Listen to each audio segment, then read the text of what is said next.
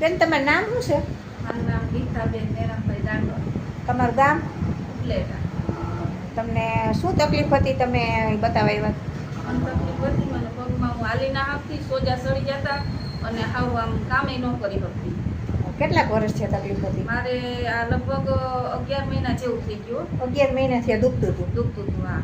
કેટલીક જગ્યાએ બતાવ્યું હતું? જો પાઘડા સાહેબમાં બતાવ્યું, પછી કુબાવત સાહેબને બતાવ્યું, સરકારીમાં બતાવ્યું, ભાયાવદર બતાવ્યું અને તે વગરનું અહીંયા ઝારીએ વચ્ચા ખાખી ચાળીએ બતાવ્યું. ક્યાંયથી રાહત નહોતી? રાહત નહોતી. ટાણે 3 ટીકી ખાતી હતી. ટાઈમે 3 ટીકડી ખાતા હતા તોય દુખાવો નહોતો મળતો? નહોતો મળતો. ના, ખાવતા સુધી સારું, પછી એનું તમે અમારી સારવાર લીધી તો તમને રાહત છે? હા, મને 8 દિવસમાં એટલી રાહત થઈ ગઈ ને કે હું 25 કિલોમીટર ચાલી આવી, મારી માનતા પૂરી કરી. 25 કિલોમીટર હાલીને માનતા પૂરી કરી? 8મે દીએ? હા. અને આજે હું 10મે દી બતાવવા આવી ને તો મને આમ ઘણું સારું છે. 100% કમ્પ્લીટ થઈ ગયું છે ને? 100% મને 90% રિઝલ્ટ આવી. 90% રિઝલ્ટ આવ્યું. 10% છે એ હવે કમ્પ્લીટ કરવાનું છે.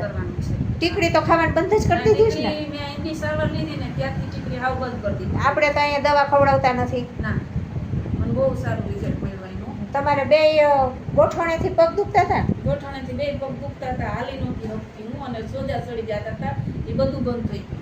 પિંડિયું જામ હતી? પિંડી જામ હતી. ગોઠણ ને પિંડિયું ને બધું સાઈડમાં રગ જામ હતી? હા, હાવ જામ થઈ ગયું.